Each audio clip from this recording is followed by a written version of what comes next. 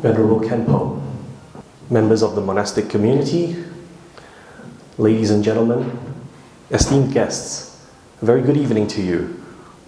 Thank you very much for joining us this evening, titled Buddhist Art Gallery, an evening with our favorite artist, Kinzang Chojay. I find so many reasons to be grateful for tonight.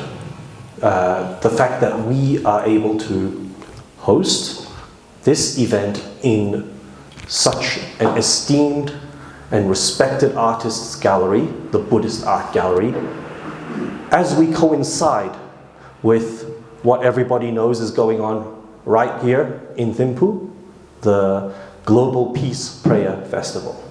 My name is Raymond. I work as senior writer for a website based in Vancouver called Buddhist Art Global.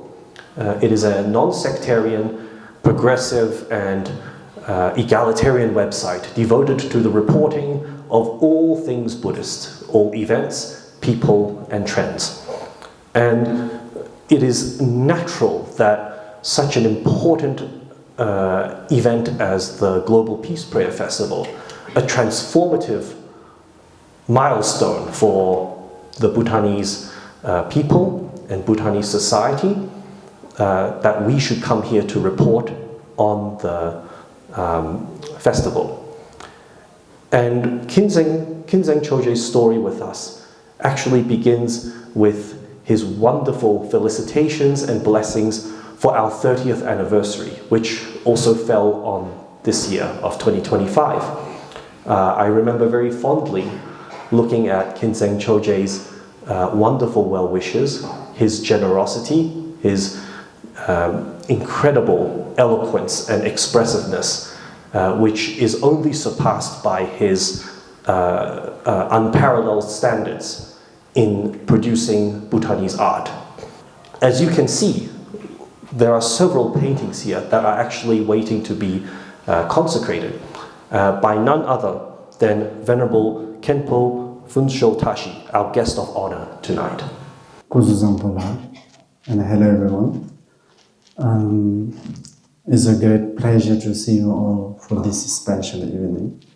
It's quite cold outside tonight, but your presence makes the gallery feel bright and warm. So thank you so much for coming out on this chilly evening. I would like to express my sincere gratitude to Ms. Rebecca and Mr. Raymond, coming all the way from Hong Kong for organizing and supporting this event.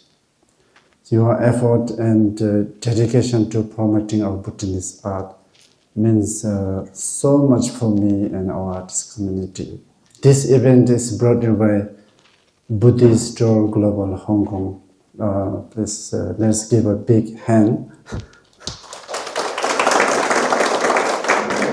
Today, on this auspicious full moon day, I'm delighted to welcome our distinguished guest, Khenpo Phuntsho Tashi, former director of National Museum of Bhutan. My name is Kinzang Chojay. Over the years, I have been lucky to dedicate my life to this beautiful art form. Tonight, my hope is through sharing my artworks, I hope to bring peace, prosperity, inspiration and compassion to all of you.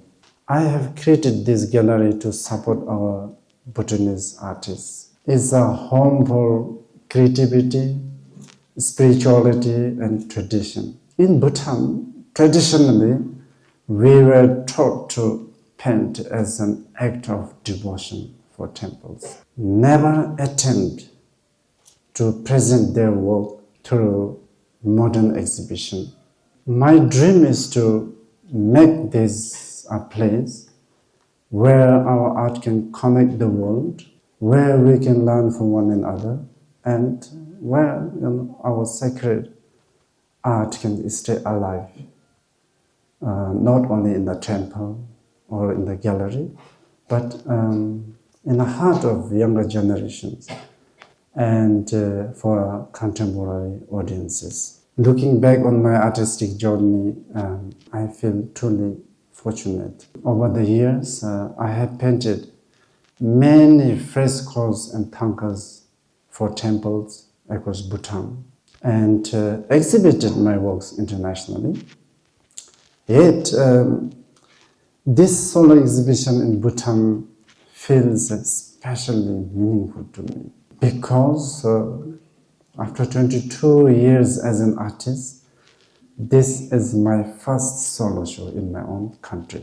It begins on November 7th last year and still going on, will be remain open until the next exhibition begins. I have been preparing for this since 2017. When I first exploring Satsum, it took years to collect the minerals, create natural colors with love and passion. So those pigments are pure, eco-friendly, and long-lasting. Through my work, I hope to revive our traditional materials and share the spiritual essence of Thangka painting with the people.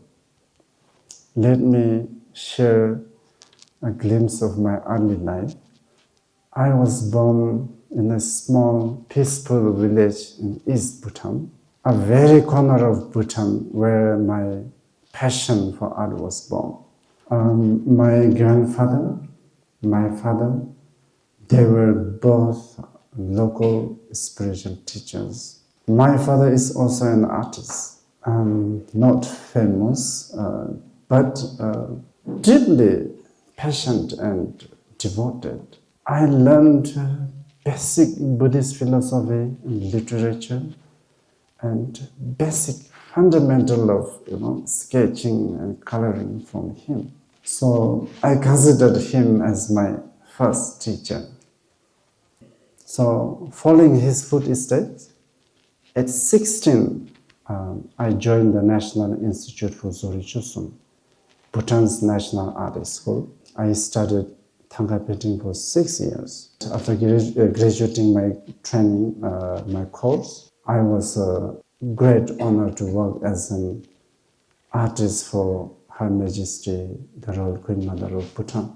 And in 2011, I started my own studio, dedicating myself fully to Thangka painting and traditional techniques. Later, I was great privilege to work as serve as a personal painter for His Holiness Chief Abbot of Bhutan.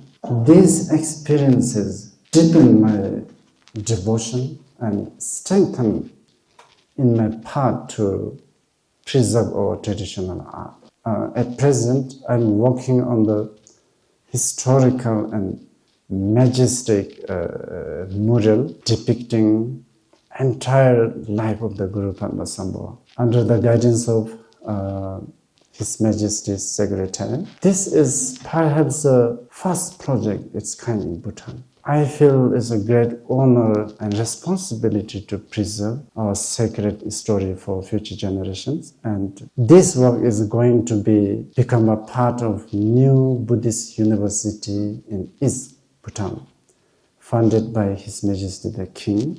At the same time, I have founded this gallery to bring a new life to our traditional art while sharing with the global audience. I think I should end here, and this is a glimpse of my journey, and I hope this evening inspires you to see the art, not only with your eyes, but also with your heart. So, thank you. Karinchana.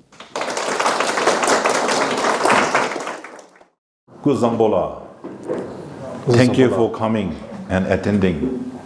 It is my great pleasure to be here with you, especially Rebecca and Ramin, coming from hundreds of kilometers or miles to attend the Global Peace Prayer Festival. And welcome to Bhutan, and welcome to the gross national happiness. Are you to be here, you all?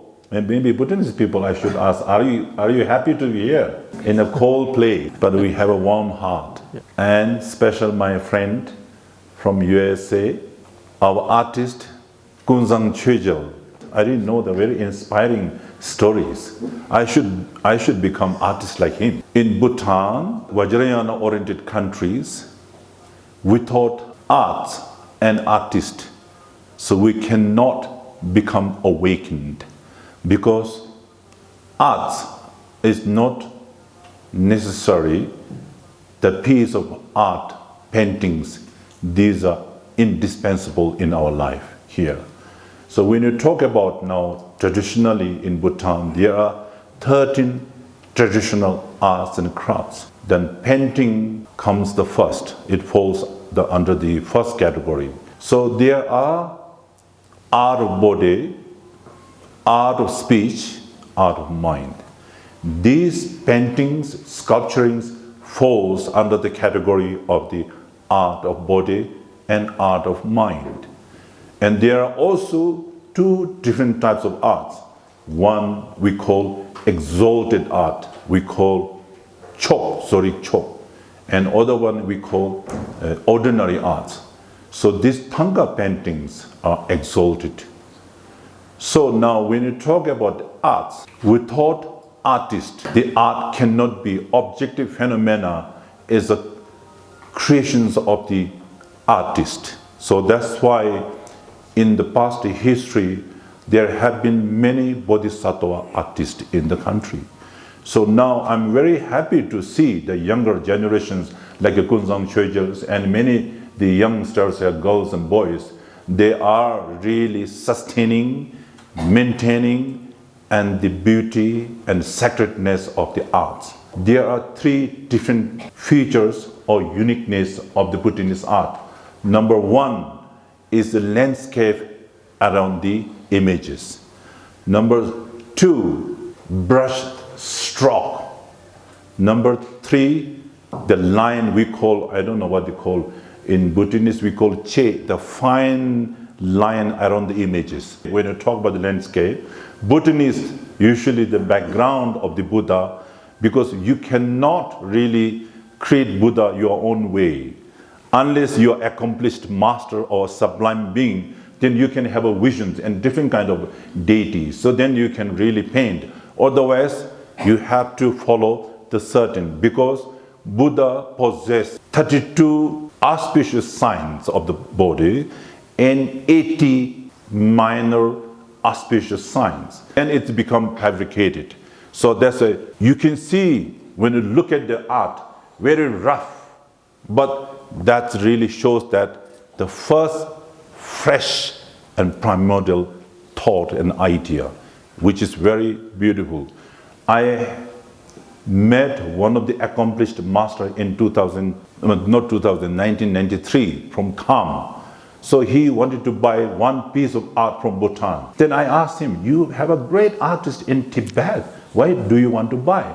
So he said that they believe, Khampa and Tibetan people believe that in Bhutan, every 100 years, there is an emanations of the artist be born as a bodhisattva. So that's why there are many bodhisattvas. So just doesn't have to be perfect, just to have a piece of art painted by Bhutanese artists. So they want to really enshrine and put on the altar. So when I read the history of the art, there were many, many great enlightened Buddhist arts in Bhutan.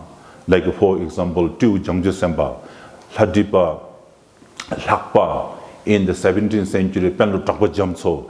These are great, the new tiger's nest, that fresco that painted by Penlo Takpa Jamsos.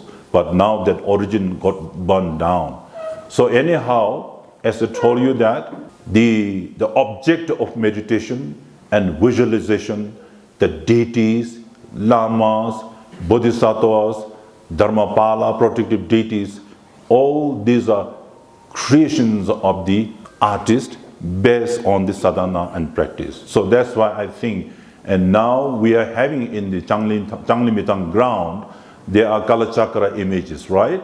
So that the Kala Chakra, why we display that Kala Chakra, this Kala Chakra image represent the appearance or universe and our body, both mind and the outer objective phenomena.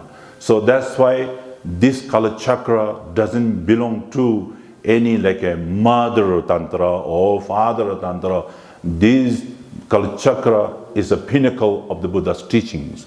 In every part of the world, now Kala Chakra is becoming very popular. Kala Chakra meaning that beyond 3 times. Because Kala Chakra deity doesn't live in 3 times like a past, present and future. Because beyond time, that's why it is called Kala Chakra, wheel of time. So I will conclude with a prayer that may all young Bhutanese very much potential to be one of the greatest bodhisattva. So when we paint in Bhutan, 3 important. One is motivation, very important. Altruistic mind of enlightenment. We should have Bhutanese artists, they do. Then second important is like a art supplies, like a Kinzang mentioned that mineral pigments, that lasts forever almost, like art colors, it remains forever. Then third important is consecrations. So I consecrated many times of Kinzang's Thangka paintings, but we don't sell it just like an artist painted. So we need to consecrate it. So motivations, art supplies, and consecration. These 3 are very important, but you can see all these arts painted by him as a mineral pigment. It will last for almost like for 100 or 1,000, at least 1,000 years. Venerable Khenpo, esteemed guests, and friends and fellow artists. I myself is an artist, and I write the art and culture column for Buddhist Art Global. And as many of you are artists here know, artists don't like to talk very much. We like to stay inside, mix the colors, and we hide. But tonight is very special. I managed to get my dear friend Kinzang out, and I have a few questions. Kinzang, I wonder what inspired you to be a Thangka artist. Was there a specific moment in your journey? Maybe a painting you saw in a museum, maybe a teaching you hear from a great teacher, when the path of the Thangka artist transformed from a possibility into a calling, a form of devotion you felt destined to undertake? Thank you. Thank you so much for your questions. As I mentioned earlier, I grew up in the small monastery, so was inspired by the environment around me. As a child, most of the time I spent most of the time in the temple. We studied in the temple, we ate there, and even we slept there when I was young. So I was always captivated by the mural, the painting. The temple is full of sacred paintings, and I was always captivated by the murals depicting life story of the Buddha. So, beside learning monastic basic things, my father always taught me how to draw, how to make the colors. So, therefore, under his guidance, along with the peaceful atmosphere, I inspired to become an artist and shaped me who I am today. What is a Thangka painting for you? Now, beyond being just an art form, like what we see art in the Western museum sense, you have called Thangka painting a path. Could you describe this path for us? Is it a path of meditation? Is it a path of offering? Or a path of understanding the deities that you paint? As our Venerable Khenpo mentioned, the Thangka painting belongs to exalted art of body. For me, Thangka painting is lifelong rooted, more than just art. It's a spiritual path. I always remember my father's advice. After graduating from the art school, I went to see the parent. He asked me a question, what is your plan? Then I replied, I want to go further study. I want to learn some more about the art. So he was like shocked. What? You have spent already 6 years in the school, and he just said no. He's arguing with this. So as a traditionally in Bhutan, we have to respect our teacher and our parents. So I stopped, going further study, and then, like he told me, now you have become a divine painter, we call Thatipa.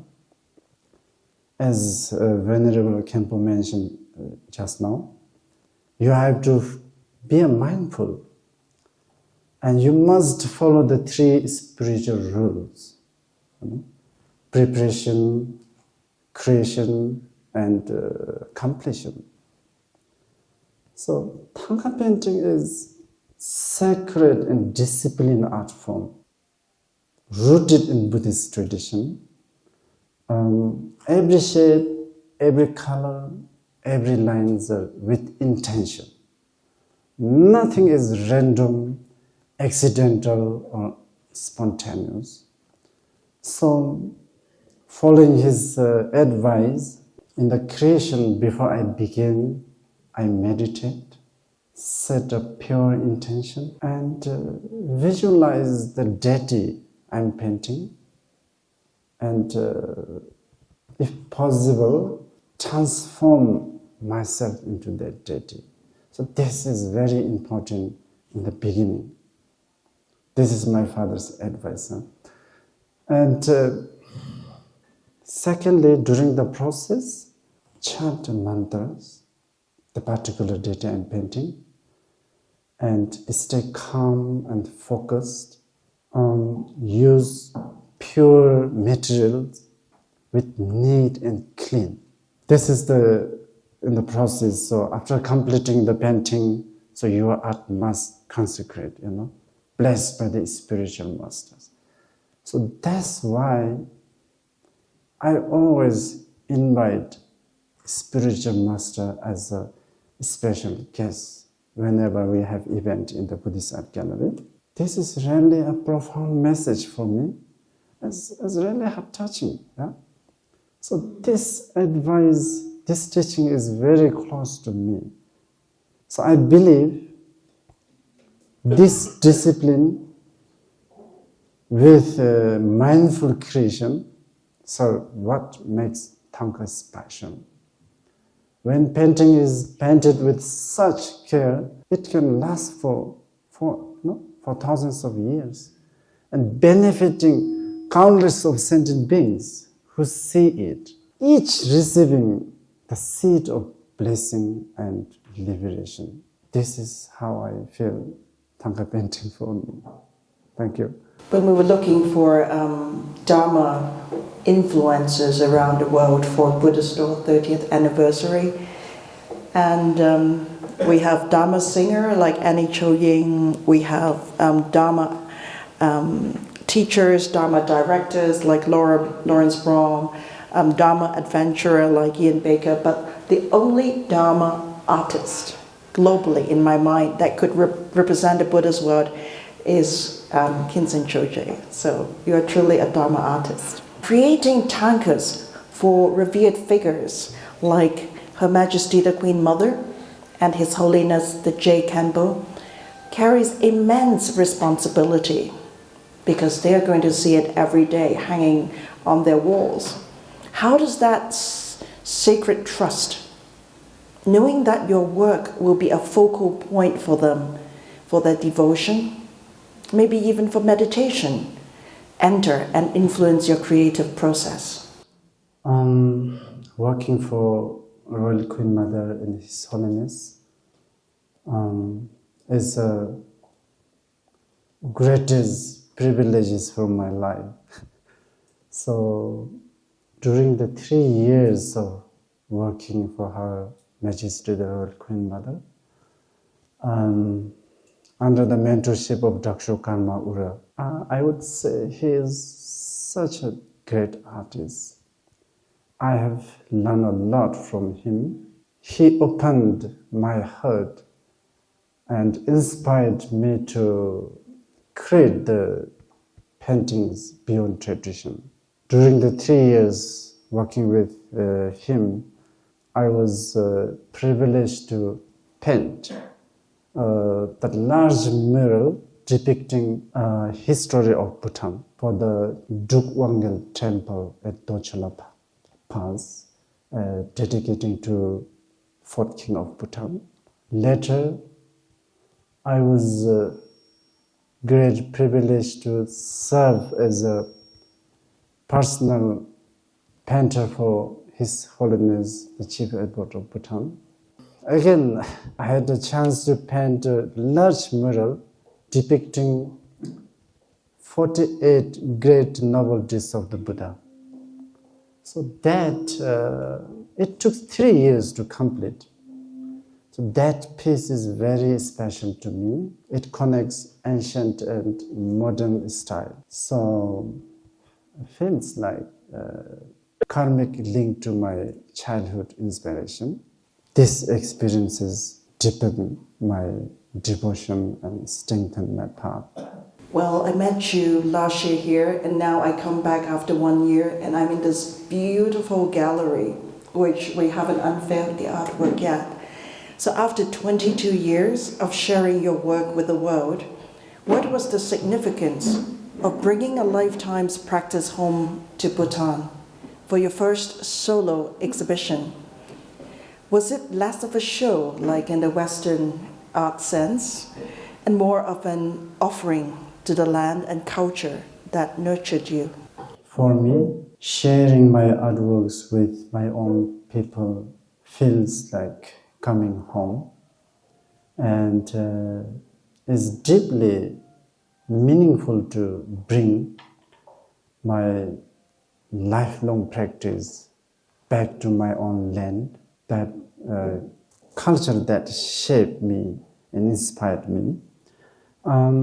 As I mentioned earlier, in Bhutan, traditionally we were taught to paint as an act of devotion. Seeing the artwork in the temple and in the gallery, in an exhibition hall, is totally, completely different experience. Seeing in the temple is like, with the devotion.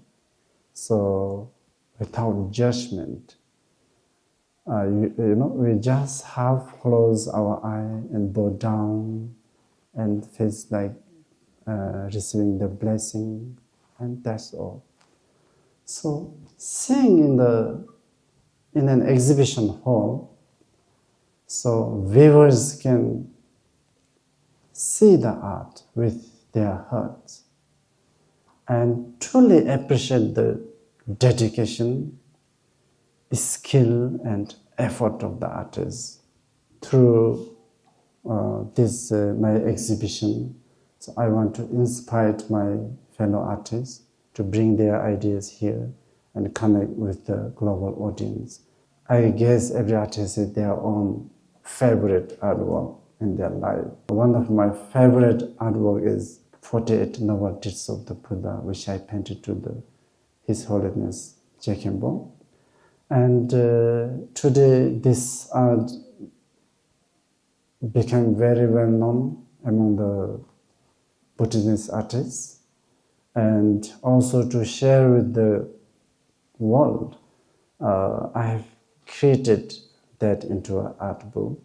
So titled The Art of Enlightenment. I have seen that art book. Is beautiful, and we can find that in the gallery. Now my last question. Your latest series on the life of Padmasambhava feels like a culmination. Having painted him throughout your life, maybe many, many times, like the one right over there, what new layer of Guru Rinpoche's enlightened mind are you seeking to unveil in this coming new work? Personally, I don't really see myself as a right person to explain or to describe about the Guru Rinpoche's life. I have been working on this since mid-2022, and many people have asked about these questions. So I still find difficult to put my thoughts into the words. I feel describing the Guru Rinpoche is more difficult than creating the art. So Guru Rinpoche's biography is very vast and miraculous. If one is not careful, it is very easy to misinterpret the truth. Anyway, maybe I'll try to give a glimpse of it with my own limited understanding. Basically, Guru Rinpoche's biography is talking about entire history of the Buddhism, past, present, and future, cause, condition, and result. And it also presents a symbolic reflection of oneself and the entire universe. To create the art of Guru Rinpoche, I must first understand the scene or the story of each chapter. I have read the text several times to create accurate illustration. I read and read, and it's sometimes funny. It feels like, am I Guru Rinpoche? Please don't misunderstand. Because the story really teaches us who we are in the story. By the way, this is nothing to do with anything like special and miraculous. This is just my own stupid maybe reflection and limited understanding. I'm sure each of us here, if we read this story, each of us will have different understanding, different view, The description of Thangka or when I describe about the Guru Rinpoche, it's always depend on the time, situation, and the different audience. All I can do for now is that I can only express through my art. So even then, I feel like my work can only show a part of Guru Rinpoche's life and wisdom because it is too vast to fully capture in words and images. Thank you, brother. Thank you for sharing the voice of your heart with us and all the artists here. I was hoping that I can learn something to upgrade my painting, but after speaking with you, I think there's many questions I wish to ask. Well, this concludes our session for Shetty.